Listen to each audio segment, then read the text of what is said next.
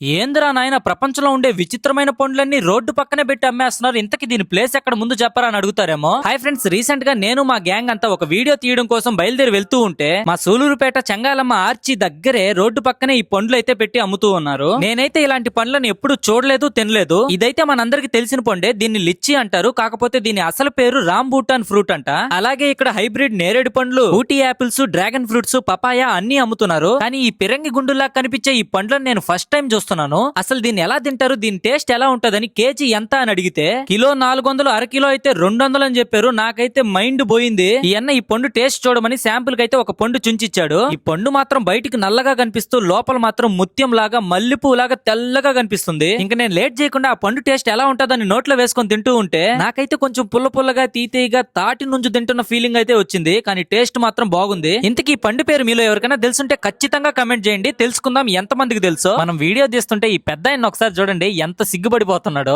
Okay bye friends, video నచ్చితే like చేయండి. ఇలాంటి ఇంట్రెస్టింగ్ వీడియోస్ కోసం మన it's me Tej vlogs channel ని సబ్స్క్రైబ్ చేసుకోండి.